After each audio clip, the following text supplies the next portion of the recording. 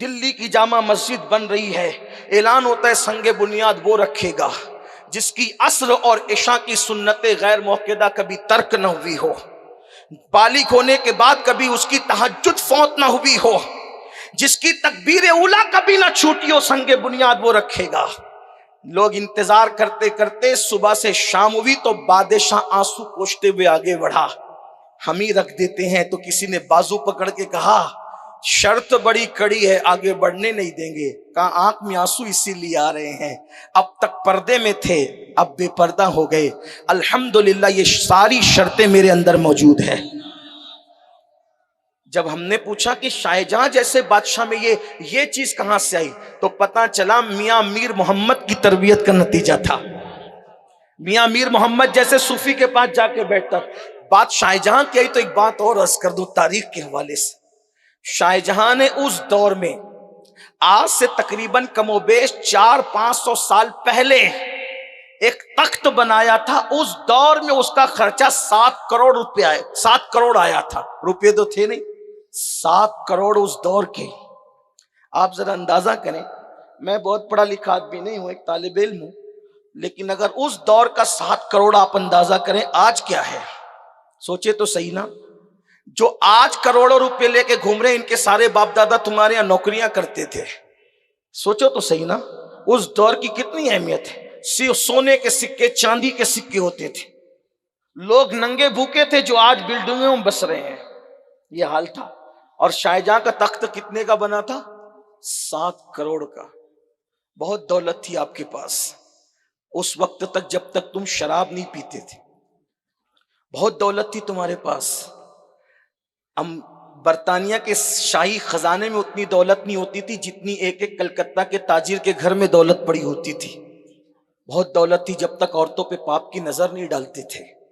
بہت دولت تھی جب تک تمہارے بچے لڑکیوں کے ساتھ کندھے پہ ہاتھ رکھ کے زنا کے منصوبے نہیں بناتے تھے.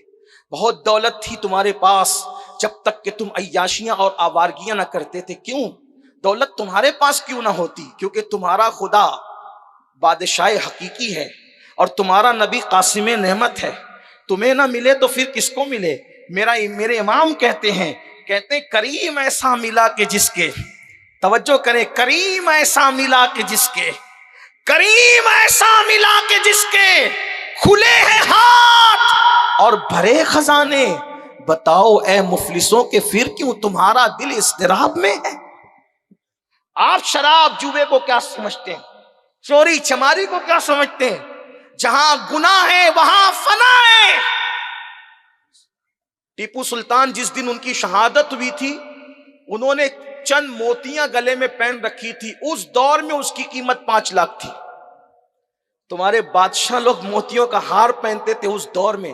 جب تک لوگ آنے پائی کا حساب جوڑتے تھے اس وقت بنیے لوگ, اس وقت 5-5 لاکھ کے صرف موتیوں کے ہار گلے میں ہوتے تھے. آپ غور فرمائیں, انگریزوں نے اتارا تو دیر تک دیکھتے رہ گئے کہ اتنے لاکھوں کا بھی کوئی صرف ہار پہنتا ہے. یہ اپنی تاریخ ہے. کیوں اللہ سے مانگتے جب تک رہے صدق دل کے ساتھ. دولت ابلتی تھی, عزتیں تھی, وقار تھا. جب سے شرابی بنے, کبابی بنے, تو اقبال جیسا آدمی بھی پھر امید کا شاعر بھی شکوے کی بات کر گیا اور کہنے لگا کہ رحمتیں ہیں تیری اغیار کے کاشانے پر, برق گرتی ہے تو بیچارے مسلمانوں پر. لیکن اقبال شاید اس کو بھول گئے اس وقت کہ جب تک مسلمان صحیح تھا نا تو قدرت نے اتنا نوازا تھا کہ لوگ نوکریاں کرتے. کہتے ہیں کہ ایک دن سلیمان علیہ السلام 300 جانثاروں کے ساتھ تخت پر سفر کر رہے. تخت پہ سفر کرتے کرتے حضرت سلیمان کو خیال آیا میری سلطنت کتنی بڑی ہے, تو تخت اوپر نیچے ہونے لگا. توجہ ہے آپ کی؟ معصوموں کے ساتھ یہ شان غیرت ہے, معصوموں کے ساتھ یہ شان غیرت ہے. تخت اوپر نیچے ہونے لگا. ایک چابک اٹھایا, فرمایا سیدھے چل. تخت کا جواب جو لکھا ہوا ہے میں وہ نقل نہیں کروں گا کیونکہ میں فکر رضا کا پابند ہوں, لیکن اس کو ایک خوبصورت مفہوم کے ساتھ پیش کرنا چاہتا ہوں. سلیمان علیہ السلام نے جب فرمایا سیدھے چل کوڑا مار کر، تو غیبی آواز آئی تخت پہ بیٹھنے والے اگر اپنی اصلاح کر لیں تو پھر تخت کی اصلاح خود بخود ہو جائے. توجہ فرمائے. اس کا مطلب حالات یوں نہیں بدلتے. وہ جو 300 اوپر بیٹھے ہوئے تھے جانثار سلیمان علیہ السلام کے، ان کی اپنی طبیعت نے کچھ کہا تو پیغمبر کو یہ جواب دیا گیا ہم کیوں جب تک عاشق تھے بادشاہ تھے. اور ایک بات آپ سے کہہ دوں، کوئی خواب نہیں دکھا رہا ہوں، اللہ کی قسم، آج بھی اگر عاشق بن جاؤ تو بادشاہ تمہاری غلامی نہ کرے تو پھر کہنا. غریب نواز کی غلامی کیوں ہو رہی ہے؟ ایک لباس پہ پوری زندگی گزار دی. کون سی دولت تھی غریب نواز کے پاس؟ آپ بتائیں. غوث پاک تو ظاہری اعتبار سے بہت دولت مند تھے، لیکن غریب نواز کے پاس ظاہری کون سی دولت تھی؟ زندگی کا طویل حصہ انا ساگر کے نیچے گزار دی.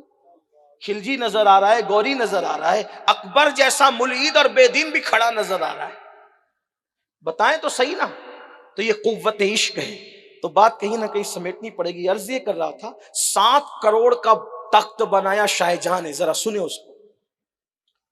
جب تخت پہ بیٹھے شاہ جہاں تو کہا وضو کے لیے پانی لاؤ. وضو کے لیے پانی لایا تو وہی بیٹھ کر تخت پہ وضو بنانے لگے. سارے انجینئر منہ تکنے لگے، ہمارے تخت پہ پانی پھر رہا ہے. کتنا خوبصورت جملہ انجینئروں نے کہا. وضو کا پانی گر رہا تھا تو کہا ہمارے تخت پہ پانی پھر رہا ہے. وہیں شاہ جہاں کھڑے ہو کر 2 رکعت نماز ادا کی اور جواب دیا جب اتنا کروڑوں کا تخت دیکھا تو میرے دل میں خیال آیا فرعون کے پاس بھی تخت تھا، نمرود کے پاس بھی تخت تھا، تو میں نے سوچا انہوں نے بڑے تخت پہ کہا انا ربکم الاعلی، اس لیے میں نے سوچا انہوں نے انا ربکم الاعلی کہا تو ذلیل ہو گئے، میں سبحان ربی الاعلی کہہ دوں تاکہ ذلت سے بچ جاؤں. اس فکر کی تلاش میں جب ہم نکلے تو پتا چلا میاں میر محمد کی تربیت تھی. 7 کروڑ کے تخت سے اٹھ کر کے جب ان کی جھوپڑی میں جاتا تو شاہ جہاں کہا کرتے تھے 7 کروڑ کے تخت پہ اتنا سکون نہیں ملتا جہاں جتنا سکون میاں میر محمد کی کٹیا میں ملا کرتا. آج میری قوم کے پاس عشق والوں کی کمی ہے. اور یاد رکھنا، پھر کہتا ہوں، کتابوں کی طرف ضرور بڑھو لیکن کتابوں کے ساتھ ذرا اہل دل کی صحبت بھی تلاش. اسی لیے عارف رومی نے کہا تھا کہ یک ساتھ صحبت با اولیاء بہتر از 100 سالہ طاعت بیریا. اور جب عشق نصیب ہوا رومی کو تو رومی نے کیا کہا؟ کہتے ہیں 100 کتاب و 100 ورق در نار کن. 100 کتابوں 100 ورق در نار کن، دل بدست جانب دلدار کن. اور پھر کہتے مولوی ہرگز نہ شد مولائے روم تا غلام شمس تبریزی نہ شد. عشق کی کمی ہے اور عشق کسی صاحب دل کی صحبت میں بیٹھنے سے آتا ہے. کہتے ہیں کہ سرکار غریب نواز اکثر آنکھیں بند کر کے بیٹھتے تھے، آنکھیں کھول کے نظر بھر کے جس کو دیکھ لیتے تھے وہ ولی بن جاتا. صرف نظر بھر کر دیکھنے سے ولی بن جاتا. تو میں عرض یہ کر رہا تھا کہ عبداللہ ابن حذیفہ اور ان جیسے جوانوں کو رومیوں نے گرفتار کر لیا. گرفتار کرنے کے بعد رومی بادشاہ نے حضرت عبداللہ ابن حذیفہ کو بلایا، کہا تم عیسائی ہو جاؤ، عیسائیت قبول کر لو، میں تمہیں آدھی سلطنت دوں گا. عبداللہ ابن حذیفہ نے کہا پوری بھی دے گا نا تو ایک لمحے کے لیے بھی قبول نہیں کروں گا. ایک لمحے، زندگی کی نہیں، ایک لمحے کے لیے قبول نہیں کروں گا. کیوں؟ کیونکہ محمد عربی ہے ایسی ہستی کہ انہیں کبھی چھوڑا ہی نہیں جا سکتا. چھوڑنے والے لوگ اور ہوتے ہیں، انہیں چھوڑا نہیں جا سکتا کیونکہ جو جانے وفا ہو واللہ اس کو کیسے چھوڑ دیں. کہا پھر ٹھیک ہے میں تمہیں مار ڈالوں گا. کہا موت سے ڈرتا کون؟ ایک بات یہ بھی یاد رکھنا، جب تک عشق نہیں آتا تو موت سے ڈر لگتا ہے، جب عشق آتا ہے تو پھر موت سے پیار ہوتا ہے، اور انسان یہ کہتا ہے جان تو جاتے ہی جائے گی قیامت یہ ہے.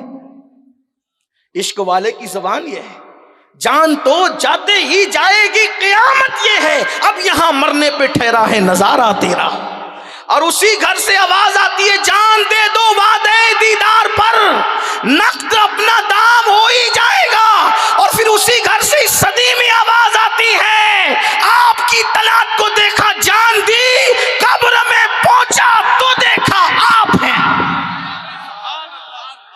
مصطفیٰ ذات یکتا آپ ہیں، یک نے جس کو یک بنایا آپ ہیں، اور آپ کی خاطر بنائے دو جہاں، اپنی خاطر جو بنایا آپ ہیں.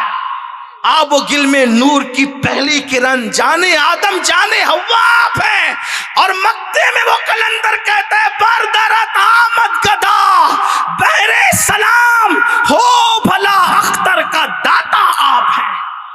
اسی گھر سے آواز آتی ہے گر وقت اجل سر تیری چوکھٹ پہ جھکا ہو، جتنی ہو قضا ایک ہی سجدے میں ادا ہو. اسی گھر سے آواز آتی ہے جب تیری یاد میں دنیا سے گیا ہے کوئی، جان لینے کو دلہن بن کے قضا آتی ہے.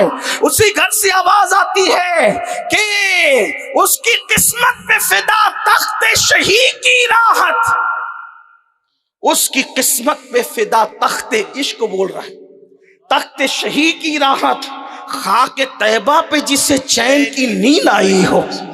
سوچو تو صحیح، جب تک عشق نہیں ہوتا موت موت لگتی ہے، جس دن عشق آتا ہے تو پھر موت تحفہ لگتی. تو عبداللہ نے کہا کہ یہ میرے لیے کوئی بات نہیں ہے، مارنا مار ڈالوں. کیسے نہیں ماروں گا، اب دیکھ تجھے کیسے مارتا ہوں. پھانسی کے پھندے پہ لٹکایا اور کہا بچوں کے ہاتھ میں جب وہ چھریاں دے کر کے اس کے جسم میں چبو دو. چبوتے رہے، کہا بتا اب کیا خیال ہے. کہا جو مزہ اس میں آ رہا ہے وہ مزہ تو نرم گدوں پہ نہیں آتا، اس لیے کہ عشق میں تکلیف اٹھانے کا بھی ایک مزہ ہوتا ہے. کوئی بلال سے پوچھے صہیب سے جانے، کوئی بلال سے پوچھے صہیب سے سمجھے، سزائے عشق، سزائے عظمت سرکار کا مزہ کیا ہے، وہ لذت کیا ہے جو عشق رسول میں سزا دی جاتی ہے. تو اتار لیا سولی سے اتارنے کے بعد کا ایک کام کرو، اس کو تیل کی کڑاؤں میں ڈالو. تیل گرم کیا کڑائی کے اندر، گرم کرنے کے بعد حضرت عبداللہ کو بلایا، عبداللہ ابن حذیفہ کو، اور بلانے کے بعد ان کے سامنے ایک مسلمان کو بلا کر، یعنی جو قیدی تھے ان کو بلا کر تیل میں ڈال. تھوڑی دیر میں ہڈیاں اوپر تیرنے لگی، اتنا گرم تھا تیل. کہا دیکھو یہ انجام ہوگا. کہا برداشت. بتائیں ہمیں، اس لیے کہ جب حسن یوسف سامنے ہو تو انگلیاں کٹنے کا درد نہیں ہوتا، جب حسن مصطفیٰ سامنے ہو تو تیل کی کڑائی کیا حیثیت رکھتی ہے. اور یار کی عادت ہے کہ وہ سرے بالی ضرور آتے ہیں. کس لیے آتے ہیں؟ سرے بالی انہیں رحمت کی ادا لائی ہے، حال بگڑا ہے تو بیمار کی بن آئی ہے. عبداللہ ابن حذیفہ بس یہی حال تھا. کڑائی ابل رہی تھی، تیل کی کڑکڑ کر رہی تھی. ایسے میں حضرت عبداللہ کے لیے حکم ہوتا ہے ڈال دو اس کو. جیسی تیل کے قریب گئے ایک دم پرسکون تھے، مطمئن تھے. عشق والوں کو نفس مطمئنہ نصیب ہوتا ہے، پرسکون تھے حضرت عبداللہ ابن حذیفہ. لیکن جیسے کڑائی کے قریب پہنچے پٹ پٹ آنکھ سے آنسو نکلنے لگے. بادشاہ خوش ہو گیا، اپنے منصوبے میں کامیاب ہو گیا ہوں. کیوں؟ مسلمان رو دیا. کہا روکو، ٹھہرو، پوچھوں تو صحیح کیوں رو رہے؟ کہا موت سے اچھے رو پڑتے ہیں، اب کیوں رو رہے ہو؟ کہا واللہ موت کو سامنے دیکھ کر نہیں رو رہا ہوں، مجھے خیال آیا کہ ایک ہی جان اللہ نے دی ہے، اس لیے ایک جان نبی کے نام پہ قربان کر رہا ہوں. کاش میرا اللہ مجھے اتنی جانیں دیتا، میرے جسم میں جتنے بال ہیں اتنی جانیں اللہ دیتا، ایک ایک کر کے سب آمنہ کے لال پہ قربان کرتا چلا جا. اچھا اس کو اب مت مارو، اب اس کو روحانی اذیت دو. قید کر دیا. برسوں پہلے کی تاریخ ہے، بلکہ صدیوں پہلے کی تاریخ. عبداللہ ابن حذیفہ کو کئی دن تک بھوکا رکھا، اور جب بھوک سے بے چین ہوئے تو شراب اور سور کا گوشت حضرت عبداللہ کو کھانے کے لیے دیا. حالانکہ حالت اضطرار میں، اضطراری حالت کے اندر، یعنی کہ جب موت سامنے ہو تو پھر اس طرح کی چیزیں آنے پر پھر علماء کی طرف سے اجازت ہوتی کہ جان بچا لیں. عبداللہ نے نہیں کھایا نہ سور کا گوشت نہ شراب. جب پوچھا بلا کر کیوں نہیں کھاتے، کہا کہ اس حالت میں تو کھا سکتے ہیں، مگر کھا کر کے تجھے خوش کر کے اپنے ایمان کی کمزوری کا ثبوت نہیں دے سکتا، اس لیے نہیں کھایا. میں آپ سے پوچھتا ہوں، سور کھانا حرام ہے کہ نہیں؟ کوئی مسلمان نہیں کھاتا سور، الحمدللہ نہیں کھاتا، لیکن سور کھانا بھی حرام ہے اور سود کھانا بھی حرام ہے. ایک بات کہہ دوں، یہ بھی حرام وہ بھی حرام، مگر یاد رکھنا مسلمانوں،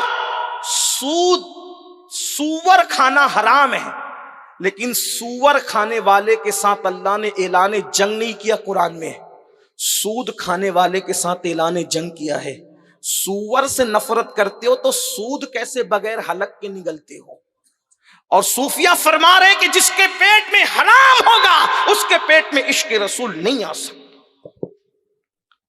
جب حضرت عبداللہ نے فرمایا کہ اپنے ایمان کی کمزوری کے لیے دکھانے کے لیے، تجھے خوش کرنے کے لیے نہیں کھاؤں گا سور، شراب کو ہاتھ نہیں لگاؤں گا، حرام ہے ہمارے یہاں، متاثر ہوا. کہ ٹھیک ہے میں تمہیں آزاد کرتا ہوں، لیکن ایک شرط ہے، میری پیشانی چوم لو، جاؤ آزاد ہو جاؤ.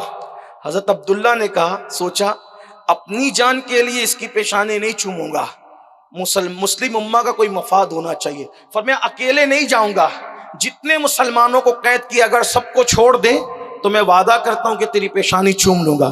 اس نے کہا ٹھیک ہے، ایک بار میری پیشانی چوم لے، جتنے مسلمانوں کو میں نے قید کیا سب کو آزاد کر دوں گا. بس یہی بات تھی. پھر کیا ہوا؟ اللہ اکبر، اس حضرت عبداللہ ابن حذیفہ نے اس کی پیشانی چومی، اور پیشانی چومنے کے بعد اس نے سارے مسلمانوں کو آزاد کر دیا. اللہ اکبر. جب حذیفہ سارے نوجوانوں کو لے کر پہنچے تو فاروق اعظم کا دور تھا. سیدنا فاروق اعظم نے پوچھا، انہوں نے تو تمہیں قید کر لیا تھا، کیسے چھوڑ دیا؟ تو حضرت عبداللہ ابن حذیفہ نے پوری داستان سنائی. فاروق اعظم سن کے روتے رہے اور کہا مسلمانوں کو آزاد کرانے کے لیے تم نے اس کی پیشانی چومی. پھر آپ نے اعلان فرمایا، اے مسلمانوں، عبداللہ نے اتنا بڑا کام کیا ہے، عبداللہ اس کا حقدار ہے کہ اس کی پیشانی چومی جائے، اور سارے مسلمان اس کی پیشانی چومیں. اور اس کے بعد فرماتے شروعات میں خود کروں گا. فاروق اعظم نے بھی پیشانی چومی اور سارے صحابہ نے عبداللہ کی پیشانی چومی. بتاؤ یہ جرأت کیوں آئی تھی؟ وہ عشق رسول کی قوت تھی، قوت عشق تھی. آج مسلمان نوجوان بزدلی کی طرف اس لیے ہے کہ قوت عشق سے آج ہم اپنے آپ کو دور کیے جا رہے ہیں. اللہ اکبر. ہم کہتے ہیں عاشق ہے جس کا عشق رسول اتنا کمزور ہو کہ گھر کے بستر سے اٹھا کر مسجد، محلے کی مسجد تک نہ لے جا سکے. اس کا عشق اسے جنت تک کیسے لے جائے گا؟ پتا چلا عشق تو وہ ہوتا ہے جو مقتل گاہ بھی لے جاتا ہے اور جنت بھی لے جاتا ہے. مسلمانوں، آج ہم عشق کی باتیں کر رہے ہیں، رسمی عشق کی باتیں، رسمی مسلمانیت کی باتیں. حقیقت میں ہم عشق مصطفیٰ سے دور ہے، محبت رسول سے دور ہے. آئیے عشق کا سبق سیکھیے. میں 3 باتیں پڑھ کر بات اپنی مکمل کرتا ہوں. صوفیہ فرماتے ہیں عشق کی 3 علامتیں ہوتی ہے، اسی کو پڑھ کے بات مکمل. نمبر 1، جس سے عشق ہوتا ہے انسان اس کا ذکر کثرت سے کرتا ہے. بتاؤ حضور کا ذکر کتنا کرتے ہیں ہم؟ خدا کی قسم جس دن حضور کا ذکر کریں گے اس دن غیبت سے بچیں گے. آج کون ہے وہ جو غیبت نہیں کرتا؟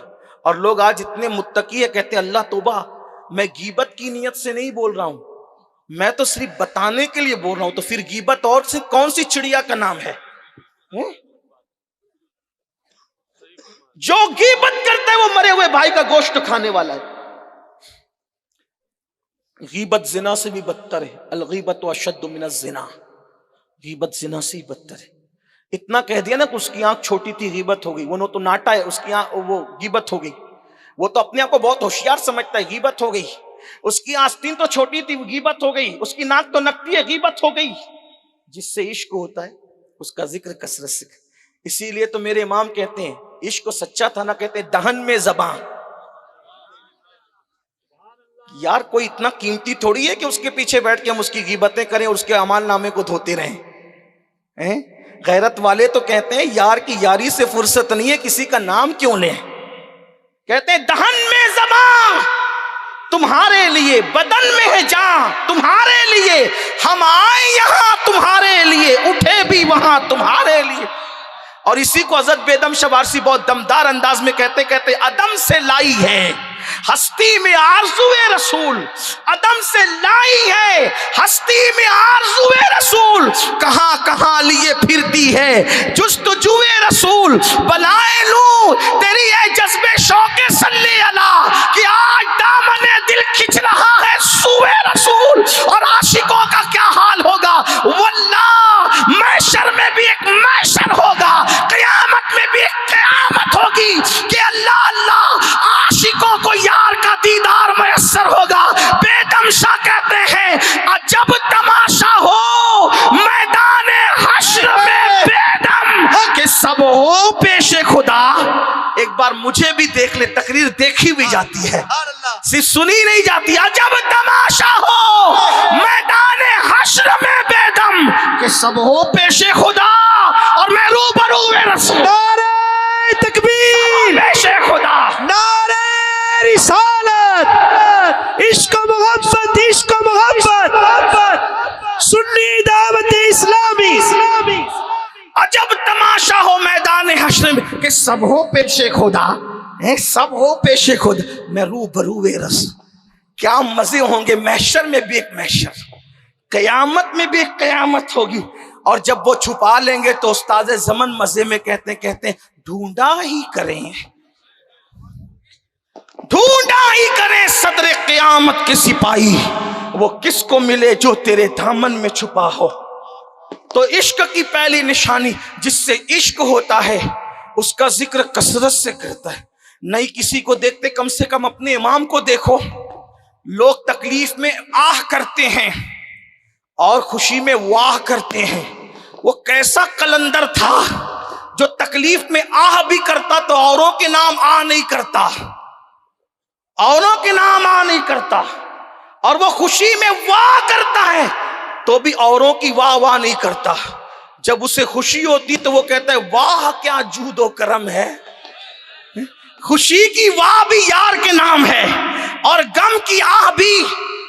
دو جملے کہہ کے میں اپنی بات پوری کرتا ہوں کہ بھائی کی میت پر بھی جب وہ قلم اٹھاتے ہیں تو کوئی مرثیہ لکھنے کی بجائے کہتے ہیں آنکھیں رو رو کے سجانے والے, جانے والے نہیں آنے والے, وہی دھوم ان کی ہے ماشاء اللہ, مٹ گئے آپ مٹانے والے, حسن تیرا سا نہ دیکھا نہ سنا, کہتے ہیں اگلے زمانے والے, جگمگا اٹھی میری گور کی خاک تیرے قربان چمکنے والے, کیوں رضا آج گلی سنی ہے اٹھ میرے دھوم مچانے والے.